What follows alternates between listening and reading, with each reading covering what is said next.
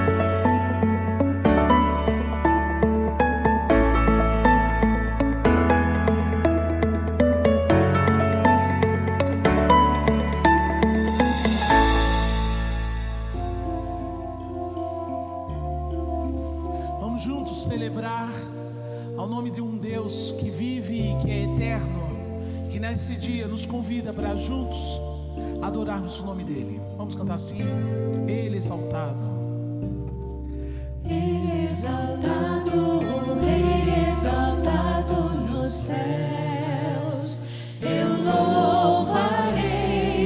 Ele exaltado, para sempre exaltado seu nome.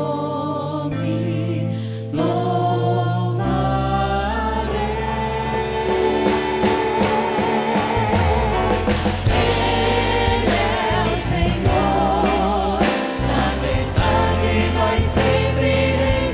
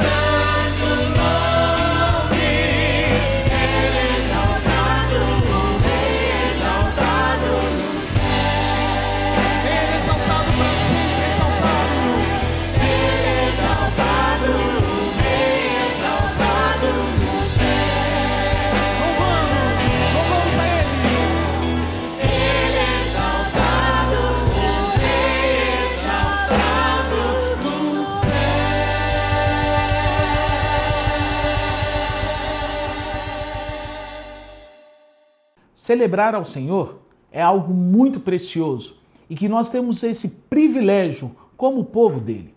Mas também essa celebração, ela implica em compromisso, a fidelidade. E nós queremos, nesse momento de culto, de celebração ao nome dele, participar junto com você do momento de entrega de dízimos e ofertas. Hoje nós temos o nosso aplicativo que facilita muito para você participar desse momento. Nós temos o QR Code também apresentado em tela. Tudo isso para facilitar a sua vida.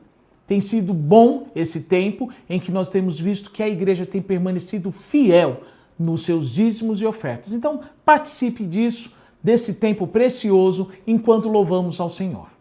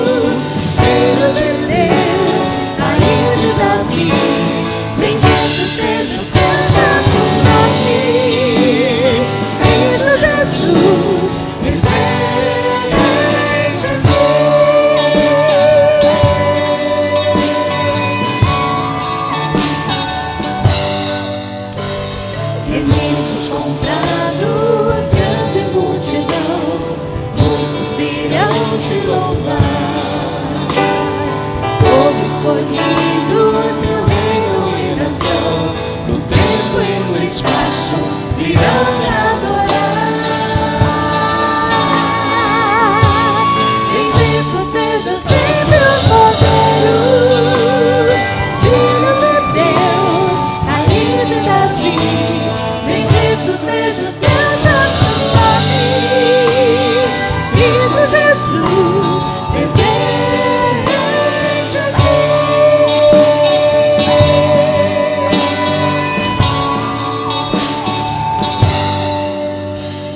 E a nós nos cabe tudo dedicar, oferta suave ao Senhor.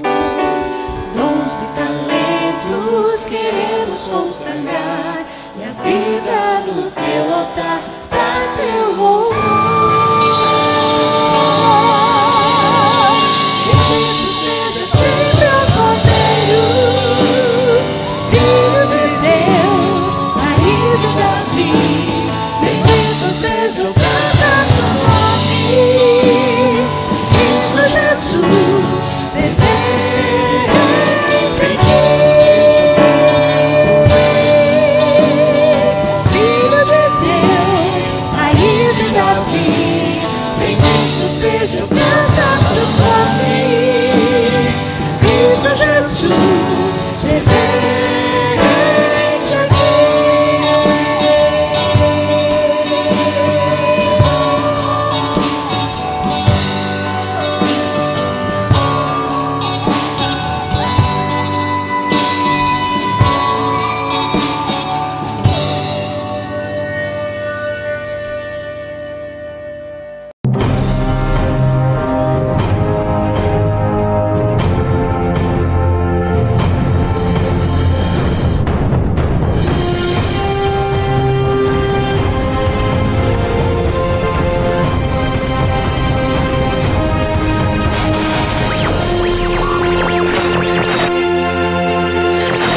Olá, meus queridos irmãos, que grande alegria poder compartilhar da palavra do Senhor mais uma vez com os irmãos. E mais ainda, neste dia em que nós estamos abrindo formalmente, oficialmente, a campanha de missões nacionais nesta igreja.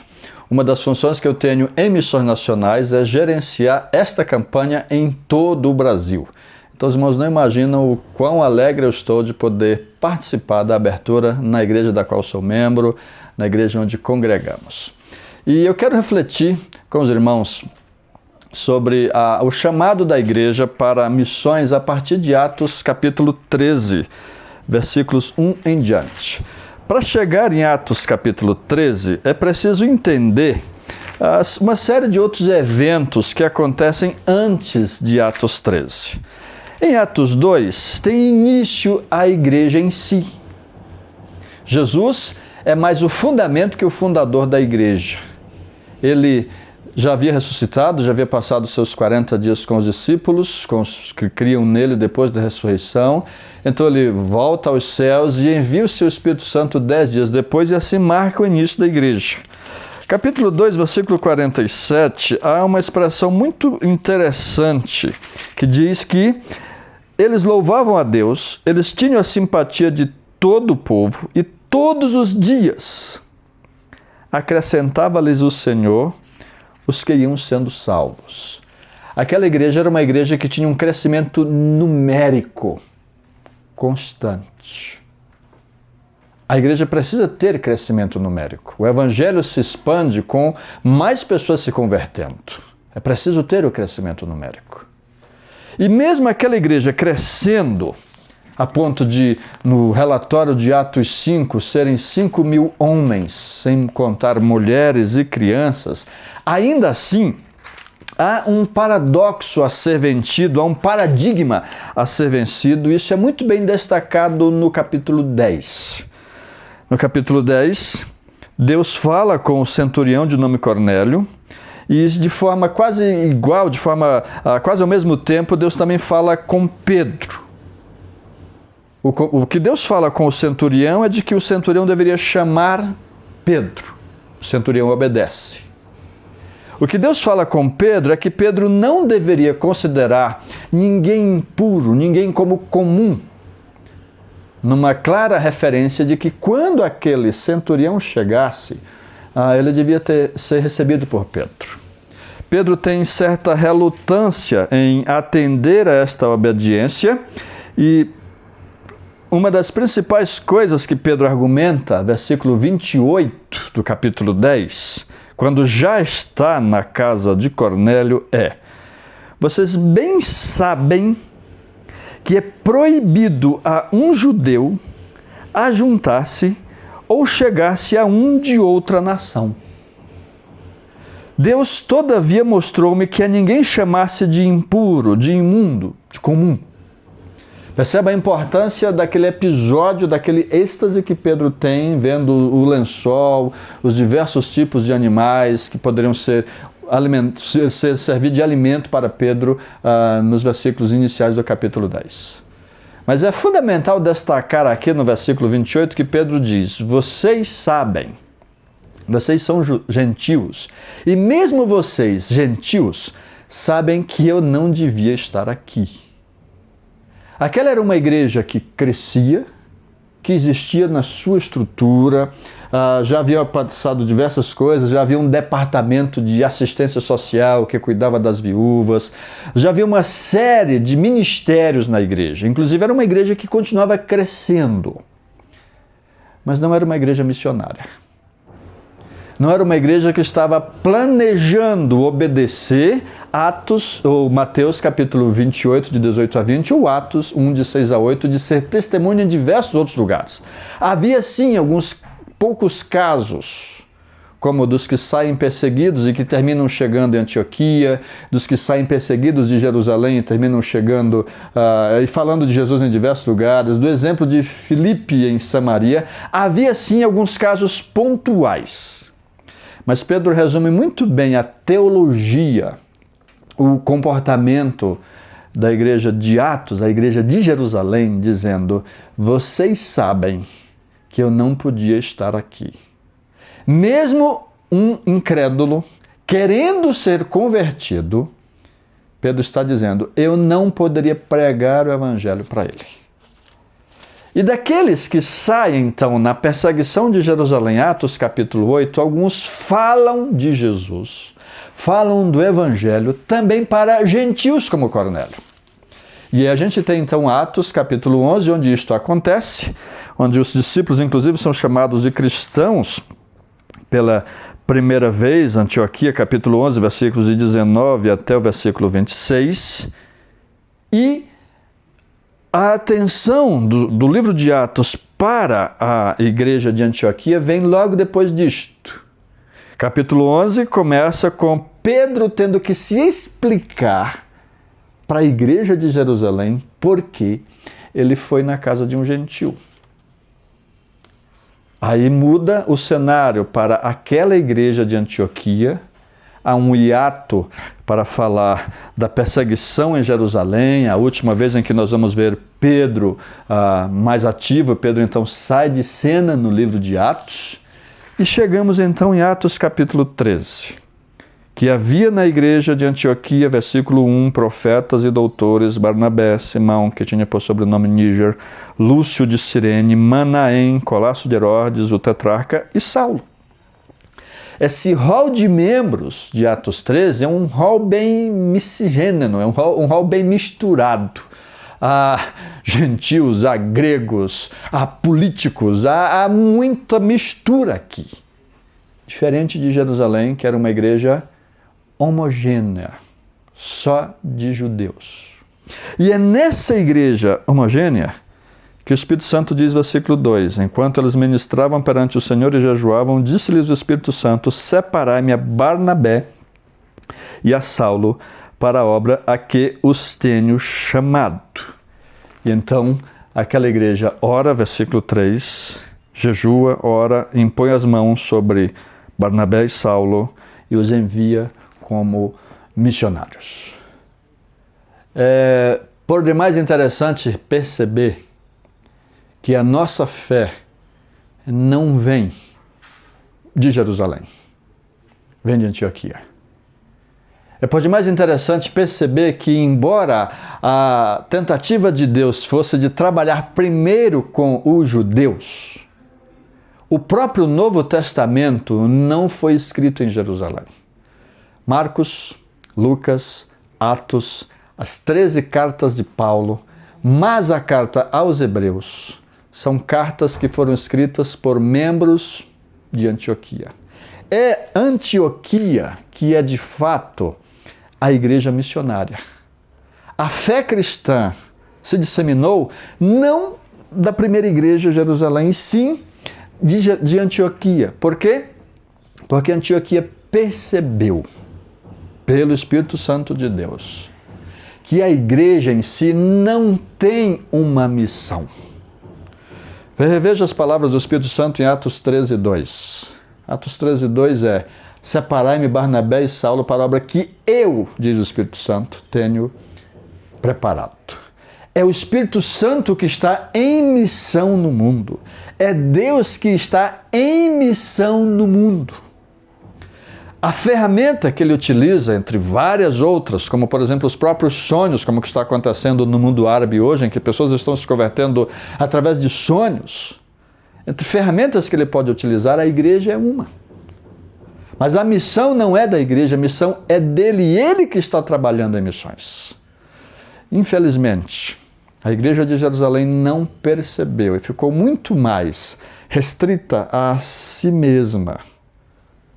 Por mais relevante que fosse, por mais ativa que fosse Jerusalém, até por mais crescente que fosse a igreja de Jerusalém, era uma igreja muito restrita a ela própria.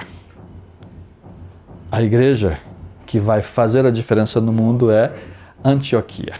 E aí nós entendemos realmente que a igreja que faz diferença é a igreja que é missionária. Há até uma frase muito forte nos nossos dias em que a gente diz com muita força mesmo: a igreja que não é missionária não pode ser chamada de igreja. Pode ser chamada de clube, pode ser chamada de uma série de coisas, mas não de igreja. Eu sei que a Igreja Batista da Lapa é uma igreja missionária e louvamos a Deus por isso. Mas o que é ser uma igreja missionária? É uma igreja que busca fazer aquilo que o Espírito Santo está fazendo no mundo. A missão dele de transformar pessoas, de resgatar pessoas, de trazer pessoas para o reino de Jesus. É ele que convence. Nós temos que fazer isso, como Jerusalém fazia na própria cidade de Jerusalém. Nós temos que fazer isso, na linguagem de Atos 1:8, na nossa Jerusalém. Mas para ser missionária, a igreja não apenas cresce na sua própria comunidade, no seu próprio bairro, na sua própria cidade, mas ela envia missionários para outros lugares. Este é o propósito de uma campanha de missões. O primeiro deles, na verdade, enviarmos missionários, levantarmos uma oferta que ajude no envio de missionários, especificamente de missões nacionais, que é a campanha que estamos começando agora. Essa campanha do mês de setembro, ela corresponde a 40% dos recursos de missões nacionais. São cerca de 920 missionários espalhados Brasil afora, diversos projetos de compaixão e graça, dos quais, de todos eles, 40% do sustento deles vem dessa campanha. Então, um dos objetivos da campanha é sim o levantamento de uma oferta generosa, expressiva, que demonstre o nosso interesse do coração de ver diversos lugares sendo alcançados com o Evangelho. No Brasil, nós ainda temos diversos desafios missiológicos muito grandes. O maior deles é o sertão do Brasil, com 12 milhões de sertanejos que não ouviram ainda o Evangelho como deveriam. Cerca de 8 milhões desses 12 estão em regiões onde o número de evangélicos, não de batistas, é menor que 5%. O segundo grande desafio são os surdos. São 9 milhões de surdos em todo o Brasil. Os missionários que estão sendo enviados para trabalhar especificamente com este grupo, com este desafio missiológico, estão plantando igrejas em Libras. Veja bem, igrejas em Libras. Quero citar o exemplo de uma igreja no Rio de Janeiro que funciona no prédio da primeira Igreja Batista do Andaraí, onde está o missionário de missões nacionais da nossa igreja, das igrejas batistas do Brasil, o pastor Rafael. Ele é surdo, casado com uma surda. Tem um filhinho que está completando um ano agora, que é ouvinte. Mas os dois, o casal, são surdos. Aquela igreja funciona no templo da igreja do Andaraí, à tarde do domingo especificamente, o dia de culto, e todo o culto é feito em Libras. Não fiz nenhum sinal com significado aqui, não apenas mexer com a mão, tá bom? Se você entrar lá, você vai ficar perdido. Assim como um surdo fica perdido se entrar na nossa igreja, porque nós não temos o hábito de conversar com eles na língua brasileira de sinais. Então, se nós não conversamos com eles, eles podem até entrar no nosso culto e podem participar, podem cantar, podem louvar. Nós podemos ter um voluntário para interpretar as Libras, em Libras, a mensagem e assim por diante. Mas igreja é mais do que cantar e ouvir um bom sermão. Igreja é comunhão. A comunidade, o pastor Pérez tem ensinado muito isso. E por falta da linguagem, aqueles surdos não vão poder ter isso, não vão poder ter esse relacionamento conosco. Então isso justifica a necessidade de uma igreja em Libras. Por muitos anos se pensou que isso é segregar. Mas na verdade, segregar é deixar um surdo entrar aqui e não se comunicar com ninguém. Isso sim é segregação. Ele estar num ambiente em que todos lá são surdos, onde eles conversam, onde eles trocam experiências, onde eles podem namorar, casar, onde eles podem constituir família, onde eles podem de fato viver a comunhão de uma igreja, isso não é segregação. Então temos missionários específicos para esse. Um dos projetos mais bonitos que temos nessa área é o projeto que acontece em Afuá, no Pará, uma cidade de 20 mil habitantes, 2.200 são surdos. Uma cidade linda, que ela funciona toda em palafita, ela não tem chão, as ruas não são de chão, as ruas são todas em madeira, portanto não anda carro nem moto, é bicicleta somente ou a pé. Uma cidade muito interessante, muito bonita. Lá são treinados os missionários para a plantação de igrejas em Libras em todo o Brasil. Terceiro grande desafio missiológico do Brasil são os ribeirinhos. É um grupo até um pouco menor, são 6 milhões. O grande problema dos ribeirinhos é que eles estão espalhados em 33 mil comunidades. Para você ter ideia, inclusive pela dificuldade de deslocamento, tem comunidade que está há pouco tempo, há 40 minutos de barco, porque tudo na Amazônia é medido não em quilômetro, mas em dias ou horas de barco, e que não se conhecem. Há comunidades no mesmo rio, no mesmo braço do Amazonas, que não se conhecem.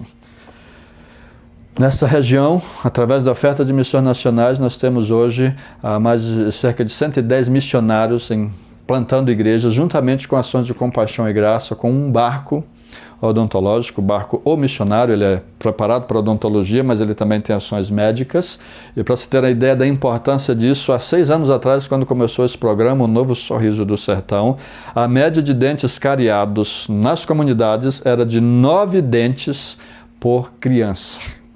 6 anos depois, nessas cerca de 100 comunidades, a média de dentes cariados é de 2 dentes por criança. Então não é apenas o evangelho sendo pregado, mas o evangelho com compaixão e graça. Jerusalém diria, e eu com isso? Antioquia diria, o que o Espírito Santo tem a ver com isso? Porque o que ele nos mandar fazer, nós faremos. E o Espírito Santo então separou Barnabé e Paulo para a missão, como o Espírito Santo tem separado radicais, jovens, que têm doado 2 anos de sua vida, sendo sustentados pela oferta de missões para todos esses contextos. Há outros desafios missiológicos menores, mas que também são muito importantes, como quilombolas, como ciganos e indígenas, mas há também o grande desafio, que nós só conseguimos compreender bem se temos a mentalidade de Antioquia e não a mentalidade de Jerusalém, que é o desafio dos grandes centros urbanos. Nós abordamos isso em missões estaduais. Região de Mogi das Cruzes, por exemplo, tem uma igreja batista para cada 45 mil pessoas. Nós abordamos isso em missões estaduais. Mas isso não é exclusividade de São Paulo, que sem dúvida nenhuma é o maior desafio missiológico do Brasil hoje é São Paulo. é o desafio de grandes centros urbanos. Em toda a região sul, os 3 estados que formam a região sul, são cerca de 1.200 municípios. Em 840 deles, nós não temos a presença batista. E em muitos deles, nenhuma presença evangélica. Jerusalém poderia pensar, eu conheço. Antioquia está buscando o Espírito de Deus, dizendo o que o Senhor quer desta igreja. Porque esta igreja não tem missão. Esta igreja não existe para si. Esta igreja não existe para os seus membros. Esta igreja não é um clube social, não é uma filial do Rotary ou do Lions, que existe para fazer ação social e celebrações. Esta igreja existe para fazer o que o Espírito Santo quer, o que o Espírito Santo vai fazer neste mundo. Quando Antioquia fez uma oração como essa, o Espírito Santo disse, eu quero o melhor que essa igreja tem. Eu quero o seu pastor, Barnabé, e o seu grande professor de EBD, Paulo de Tarso, para uma obra que eu tenho chamado. É simbólico que para fazer missões, aquela igreja entregou o melhor que ela possuía. Porque missões não pode ser feito com o que sobra. Missões não é se der. Se der, vou repetir, é no Lions, é no Rotary, ou em qualquer outro grupo, em qualquer outra confraria.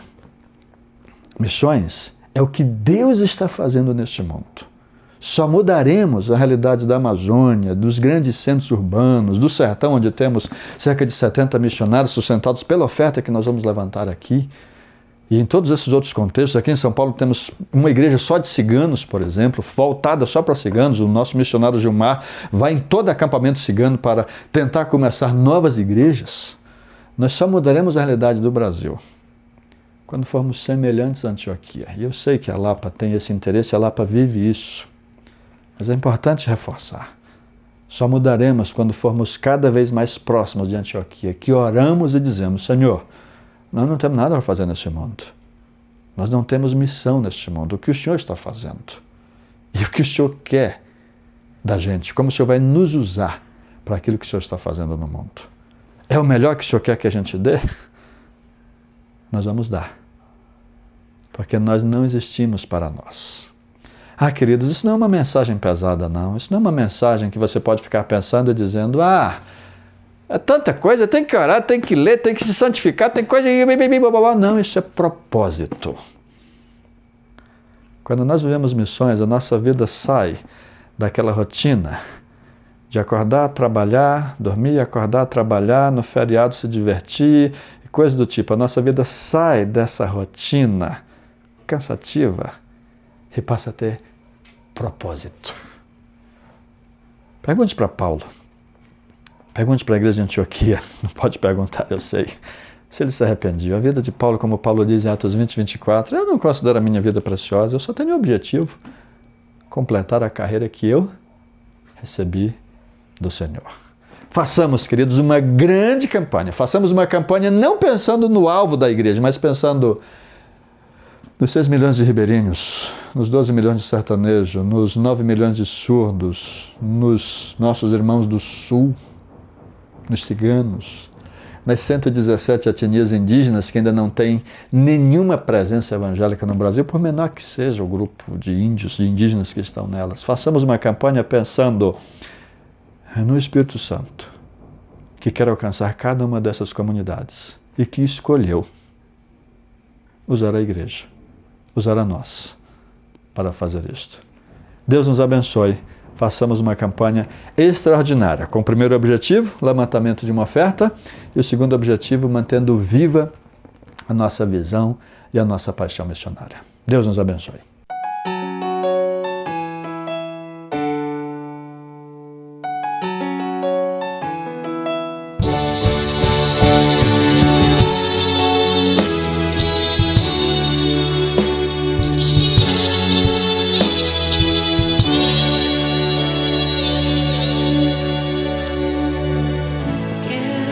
Apresentar a ti, ó Deus, te ofertarei.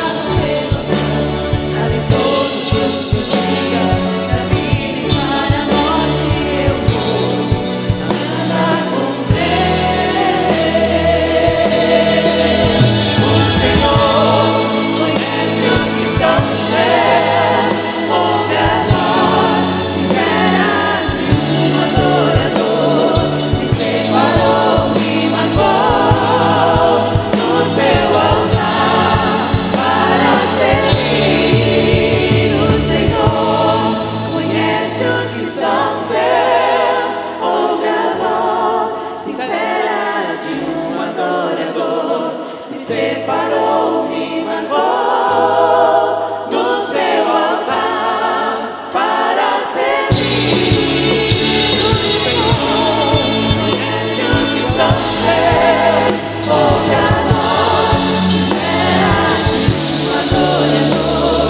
Me separou, me marcou no seu altar para servir, para servir, para servir, para servir, para servir, para servir, para servir, para servir, para servir.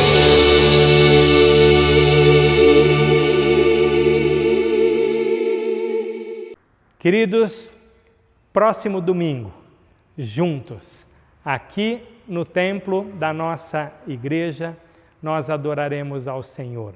Meu coração está ansioso por encontrar a todos vocês, por rever todos os irmãos. Eu queria mesmo era dar um abraço. Isso não será possível, mas estarmos juntos já será uma grande bênção. Prepare o seu coração para encontrar os seus irmãos, prepare o seu coração para adorar a Deus em comunidade. Até lá, não se esqueça, 10 da manhã e 18 horas, os nossos cultos, as nossas celebrações. Deus abençoe.